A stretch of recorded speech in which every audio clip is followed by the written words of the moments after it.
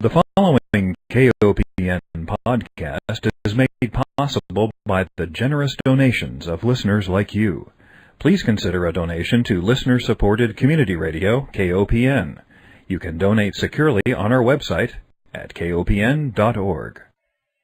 Hi, welcome to Food Sleuth Radio, where we help you think beyond your plate. I'm Melinda Hemmelgarn, a registered dietitian and investigative nutritionist, and I'm on a mission to connect the dots between food, health, and agriculture and find food truth. And I'm delighted today to have with us Jay Feldman. Jay is the executive director of Beyond Pesticides. He is a co-founder of the organization, and you have served, Jay, as director since 1981. And I met you in person at your last annual conference in Cleveland, Ohio. The conference was simply titled Beyond Pesticides. And it was one of the best meetings I've been to in a long time, connecting the dots between how we raise our food, the toxic compounds in our environment, and public health. So welcome. Well, thank you, and thanks, Melinda, for having me on the show. Really appreciate all your kind thoughts. There's a lot of excitement going on out there across the country, and we try to capture a little bit of that through the national forum that we have annually. So I'm glad you could be a part of it this year. Well, tell me something. What is the mission of Beyond Pesticides? Well, our simple mission is to make the world a safer place by eliminating reliance on pesticides, on toxic pesticides that have adverse health and environmental effects and are associated with a range of occupational exposures, environmental impacts, climate change, health and safety issues relating to food residues, and impacts on, our households and our pets. And so it's really interesting how broad the pesticide issue is in terms of how we come into contact with toxic chemicals that are in the environment and we're involuntarily exposed to as a result either of our own actions and not having full knowledge, or as a result of our inability to breathe clean air or eat clean food or drink clean water. How did you get involved with this work? Well, originally I was working with an organization by the name of Rural America, and we focused on advocacy issues for small town and rural people. And we were working with farm workers and farm worker organizations at that time, back in the late 70s, and President Carter, Jimmy Carter, had just been elected, and there was this sense that, hey, we can make some change. Interestingly similar feeling to our recent election and of Barack Obama. And at that point, the farm worker organization had been seeking the adoption of standards on the farm, occupational safety and health standards, because in the Code of Federal Regulations, and this is, unfortunately, farm workers find themselves under the Environmental Protection Agency as opposed to the Occupational Safety and Health Administration and the Department of Labor in terms of all of their workplace protections.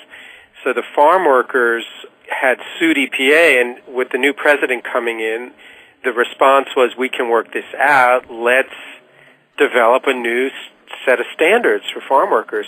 But before we can do that, we really need to collect data from the field.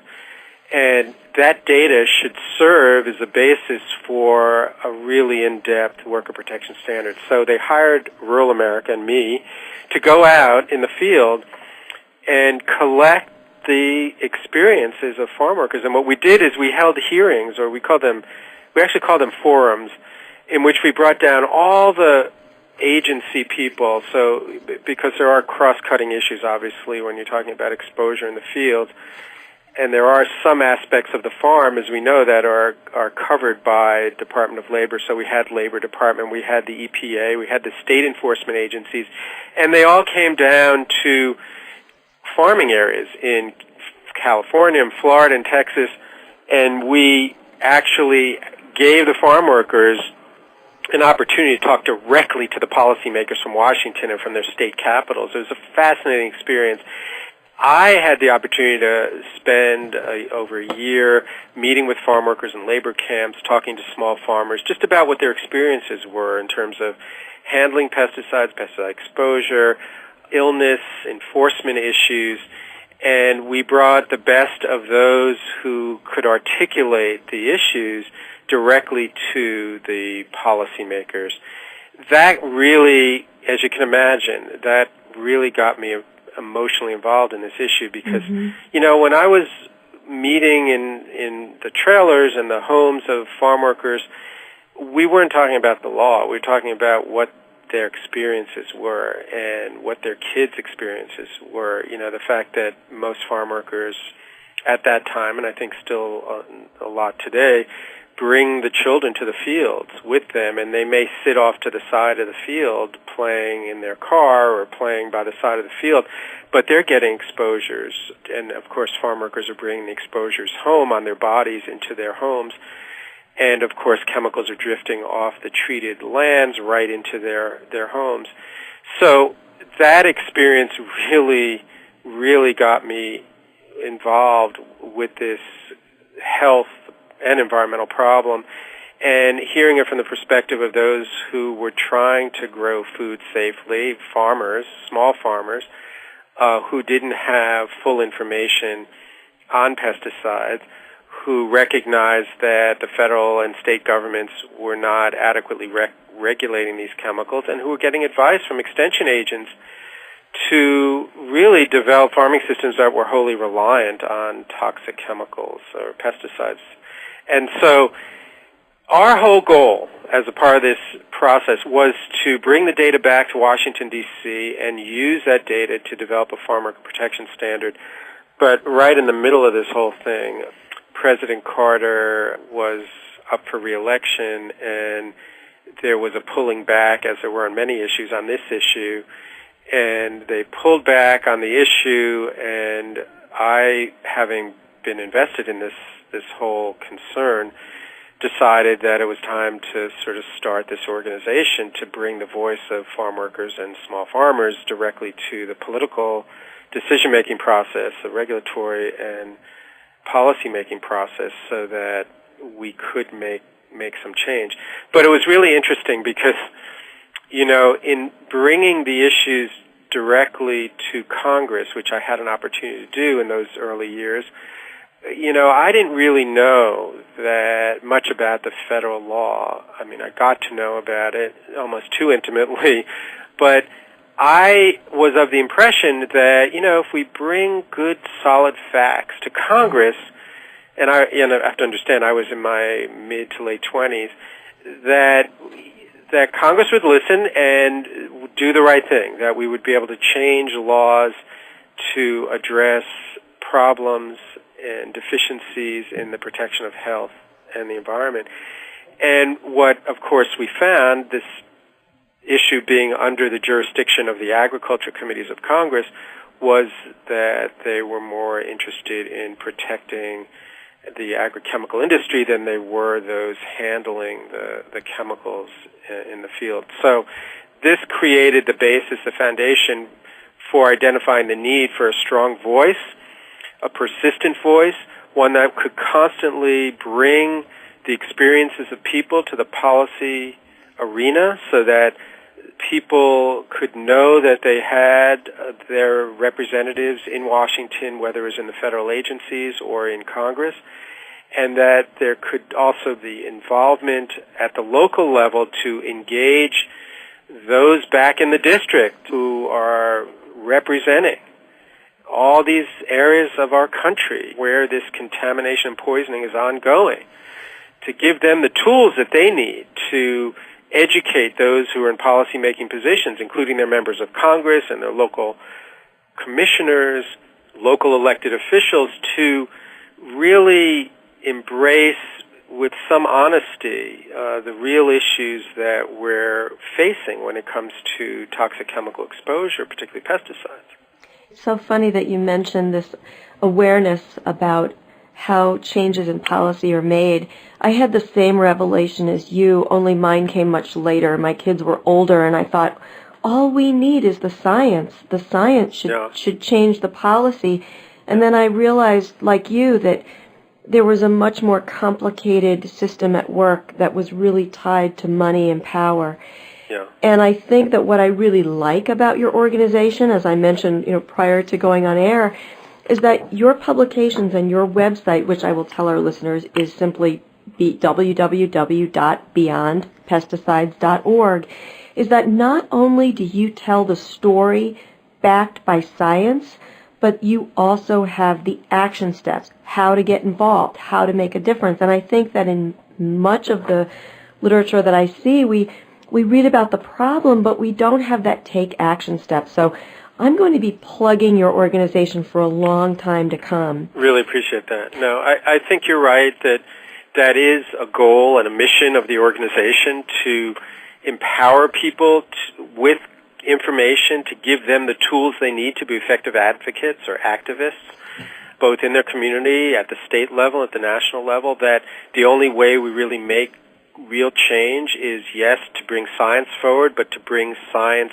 packaged with activism, to give people the power and the confidence to voice their concerns, their intuitions, what they know to be true, in an effective way. And, we can see this over and over again as people are successful, whether it's in their kids' school or it has to do with the mosquito spraying program in their community, or figuring out what they're going to buy in the food market, what they're going to buy in terms of safe food and look for. Because, of course, as we all know, we make decisions every day with our food dollars when we decide what kind of food we're going to buy, whether it's organically produced or not. That has a dramatic impact on the communities that I worked with when I first got involved and continue to work with in the farm worker community and the farming community. Our decisions in the marketplace have direct impact on the practices that go on across the country. So, yeah, it's critical that we help everybody engage at whatever level they're comfortable engaging on, and do that in a way that helps people to articulate. And I find, I'm sure as you do, that people are incredibly articulate in voicing their concerns, and to empower that ability to speak with real solid facts is a great synergy, I think, that hopefully our organization contributes to, as do many others. Absolutely. If you're just joining us, we're speaking with Jay Feldman, who's the Executive Director of Beyond Pesticides. You're also a co-founder of the organization. And I want to mention that you recently were appointed by USDA Secretary Tom Vilsack to serve on the National Organic Standards Board, which I'm delighted to see, being an advocate of organic food and agriculture. Yeah. Jay, I have to ask you, I know your organization has several campaigns going on right now, and I want to give you the freedom to address those that you think are most salient. Well, you mentioned organic, so let's just start with that, because I know we agree wholeheartedly on the importance of organic, and I see this as a very important movement for many reasons. First, of course, there's no question that it's safer for those who eat the food. In addition, supporting organic agriculture is the way that consumers can protect the environment and those in the workplace and on the farm. There's a whole circle of poison when you're looking at toxic chemicals, starting at the point of production, point of use, point of disposal, and throughout that cycle we see contamination. And so we really want to help ensure that organic food and organic policies that govern the production of organic food has extreme integrity, and that people can trust that the process is carried out under strict standards and strict guidance, so that we can assure people that the money that we're willing to spend, and people are willing to spend extra money if that's what it takes, will really protect us, protect our kids, protect the environment, protect the workers who are growing our food in this country. So it's a key issue. It goes back to the roots of our organization when we first testified with Bob Rodale on the Agricultural Productivity Act and the Organic Farming Act, which set up the Low Input Sustainable Agriculture program at USDA, which has now been in several incarnations, but the idea being we need to shift our focus to make organic the majority sort of approach, the prevalent approach to food production in this country. And beyond that, all of these issues are interconnected, because if we're concerned about the health of our families and we're concerned about our children and the water and the animals that live on this planet with us, then we really are concerned about what's going on in our community vis-a-vis pesticide use. It affects us, let's say we're gardening, obviously. If we're spraying pesticides in the community for mosquitoes, we can't avoid that spray because of the drift and the contamination of the air. So we work with people on community pest management. And that's a very broad term for what goes on overall in the community. When we walk out our front doors, obviously we have a lot of control over what goes on within our households. And we can make a decision today that we're going to manage our households without bringing pesticides into the home. And we have to look very carefully at where those pesticides and other toxic chemicals are, because sometimes in cleaning agents, for instance, there are fungicides and there are antibacterial soaps that we're using on our children and in our homes. And so we need to do an inventory of that, and we work with people on doing that so they can replace those approaches.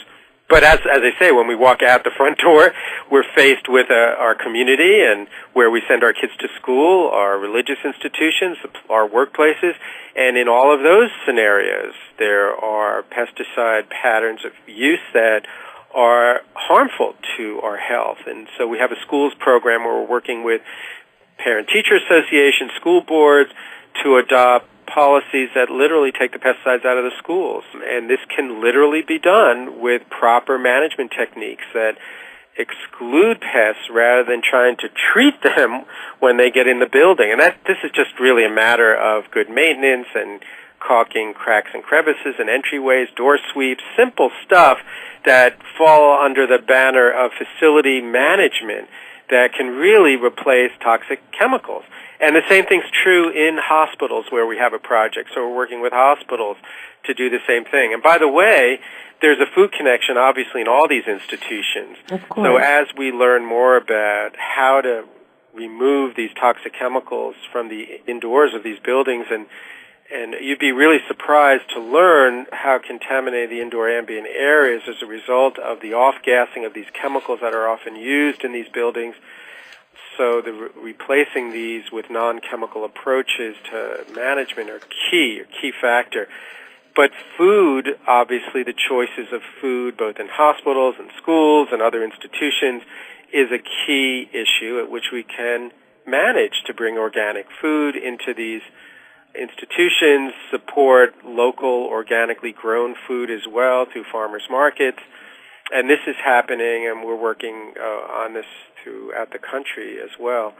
I mentioned earlier mosquito spraying because this comes up all the time where, a real evaluation is to the efficacy of the best approach. And what we find with mosquito management is it really is a question of managing breeding areas rather than trying to spray a mosquito in flight, which is what you have to do when you have what they call an adult deciding program, where you're going after adult mosquitoes, as opposed to the breeding areas where the insect is reproducing, standing water, etc.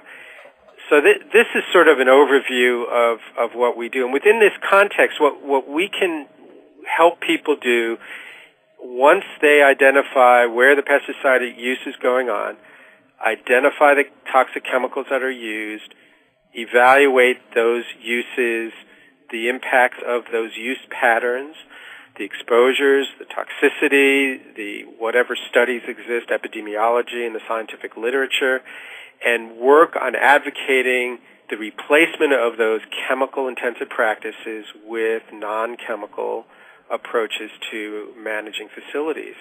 We have a huge opportunity when it comes to turf management, playing fields, parks, because there's no question that we can manage those areas organically, and the resources are there. Incredible, some of those resources you heard at the conference with practitioners both in these institutions as well as in the private sector now, that are able to deliver these services in a manner that does not use these toxic chemicals. It's a really exciting period right now, I think, that we're in. There's an awareness that communities need to green themselves. Many cities across and local communities across the country are adopting policies on greening, but there's a really important role for people to play in defining what that actually means and getting down to the specifics. That's what we're here to work with people on, and really look forward to that opportunity. Just this afternoon, I saw a pesticide truck pull into my neighbor's driveway, and I remembered picking up from the conference a door tag that says, want a green lawn, safe for children and pets. And really, when you think about it, what is more important than protecting our children? And you've got on the back of it, a reminder that we don't need toxic lawn chemicals to have a healthy green lawn. And there's even a website, www.pesticidefreelawns.org, with a reminder on why it's so important. You also have campaigns for the Major Baseball League, right? Not using hazardous pesticides on baseball fields. Yes. It's interesting because Major League Baseball just signed a deal with Scott's Chemical, or I guess they call themselves Scott's Miracle-Gro now, and that agreement is really to promote the look that we see on a baseball field in your front and backyard. And unfortunately, as your listeners may know, Scott's promotes a chemical-intensive approach to managing lawns. They have, I don't know if it's a 4 or 8-step program now, they keep changing it, but it really relies on chemical fertilization, which has detrimental impacts on microorganisms in the soil, which are essential to healthy soils and healthy plants.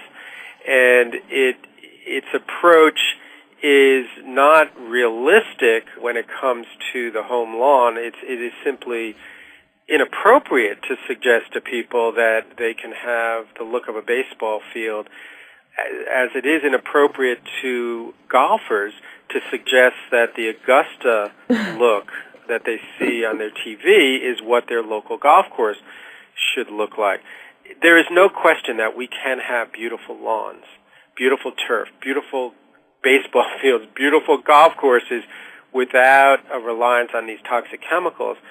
But it certainly is not the approach that Scott's is selling. It starts, as does the organic systems plan for a farmer, starts with a plan that focuses on creating a healthy soil. And that starts with organic matter. It starts with humus. It starts with a respect of nature and the protection of the microorganisms and the earthworms in the soil. And only then can we have healthy plants. So our mantra is feed the soil, not the plant. And with this approach, many, many communities have had success with their turf management programs. Now, when it comes to cosmetic use of pesticides, many of the provinces of Canada now have banned the cosmetic use of pesticides, basically saying that there's no justification, after having looked through the scientific literature and seen the College of Family Practice physicians weigh in, to say that the hazards associated with these chemicals is simply not justified by the benefit we're getting from a nice lawn. And by the way, there are alternatives for having a nice lawn. So I think we're making some progress in that arena. There are dozens and dozens of communities across the United States that have decided on their property, on public property, whether it's a park or it's a median strip down the local highway, that they are not going to use pesticides in the management of those land areas. Jay, we just have a couple of minutes left, and I knew that our time would fly by. And I have many more issues that I would like to talk with you about regarding hand washing versus these sanitizers that are everywhere. Oh, yeah. Right? But I want to give you an opportunity to leave our listeners with a charge invite you to come back in a timely fashion, and also refer people again to your website, which is www.beyondpesticides.org. And I believe you'll have some information posted from it was actually called the Greening the Community Conference put on by Beyond Pesticides, but you'll have some resource materials up on the website from that meeting? Yes, including videos of the actual sessions. Not all of them, unfortunately, but most of them will be up there. Fantastic. So what's the charge, Jay? Well, first of all, the charge is to get active on this issue. One of the things we need to understand wherever we are, and don't be challenged by the idea that chemicals are registered by EPA and therefore safe for your family and children, we need to go out and advocate for the precautionary principle, which is what we do every day in other aspects of our lives. You know, we put seatbelts on our children and bicycle helmets on their heads before they go out because we want to prevent hazard to them. And this is our charge, to take that same perspective and say, let's not use chemicals we know to be toxic when we have alternatives that can achieve the same end pest management goal. And then let's take that philosophy, go through our homes, our schools, our community, and basically question our management practices, work with Beyond Pesticides and other groups like ours to help evaluate what is being done currently and